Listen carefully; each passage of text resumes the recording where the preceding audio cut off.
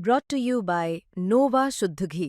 जब जब खाए दिल खुश हो जाए, सदियों का नोवा शुद्ध देसी घी, सपना स्वस्थ भारत का। I love घी घी घी घी घी घी।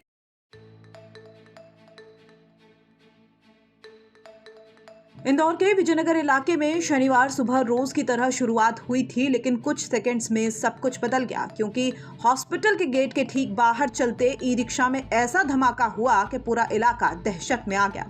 प्रत्यक्षदर्शियों के मुताबिक आवाज किसी बम फटने जैसी थी। इतनी अचानक कि किसी को संभलने का मौका ही नहीं मिला। धमाके के साथ ही उठी आग और एसिड की तेज बौछारों ने मां बेटी को लपटों के बीच झोंक दिया। लोगों का कहना है कि कुछ क्षणों के लिए पूरा रिक्शा धुएं और देखते ही देखते आग में फूंक गया। इस हादसे में निरंजनपुर निवासी पवित्रा, उनकी मां राजकुमार और रिक्शा चालक अरुण बुरी तरह से घायल हो गए।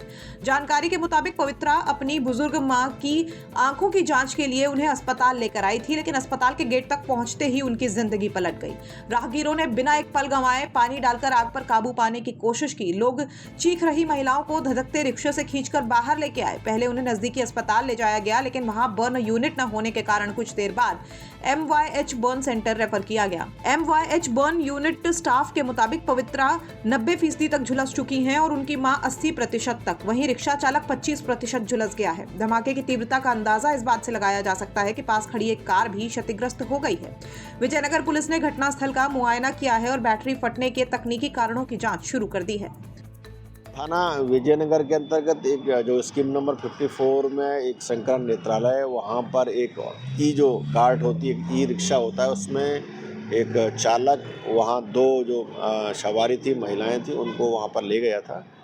जब वहाँ पर पहुँचा तो आसपास में ही उसका जो रिक्शा था, उसमें जो बैटरी थी उसमें बेसिकली ब्लास्ट हुआ।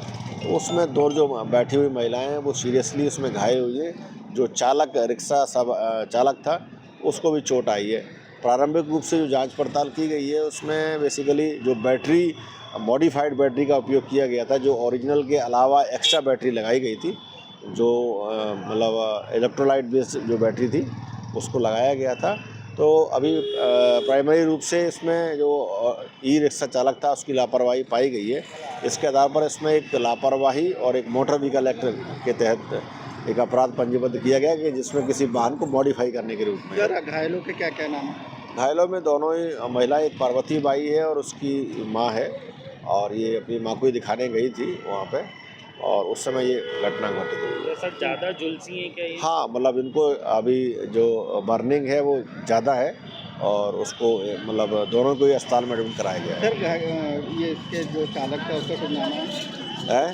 चालक है उसका कोई नाम है? हाँ, इसमें जिसको नामजद किया गया है, और जो चालक है उसका बेसिकली मालिक भी है, वही उसका उसी का ऑटो रिक्शा था और वो खुद ही इसको चलाता था। इंदौर का ये हादसा न सिर्फ एक परिवार की त्रासदी नहीं बल्कि एक चेतावनी है। शहर की सड़कों पर दौड़ते बैटरी चलित वाहनों की सुरक्षा पर अब गंभीर सवाल खड़े हो चुके हैं। एक पल की चूक, एक छोटी तकनीकी खामी और जिंदगी पलट जाती है। विजयनगर में हुआ ये धमाका बता गया कि चलती बैटरी भी किसी टाइम बम से कम नहीं है, अगर मानकों का पालन न हो। अब पुलिस की जांच ये बताएगी कि यह हादसा लापरवाही का नतीजा था या बैटरी टेक्नोलॉजी का एक और खतरनाक उदाहरण। लेकिन माँ बेटी की जिंदगी की ये लड़ाई पूरे शहर को सोचने पर मजबूर कर रही है कि शहर में चल रहे ई रिक्शा मानकों का पालन कर रहे हैं या नहीं। इंदौर से धर्मेंद्र कुमार शर्मा की रिपोर्ट, MP तक।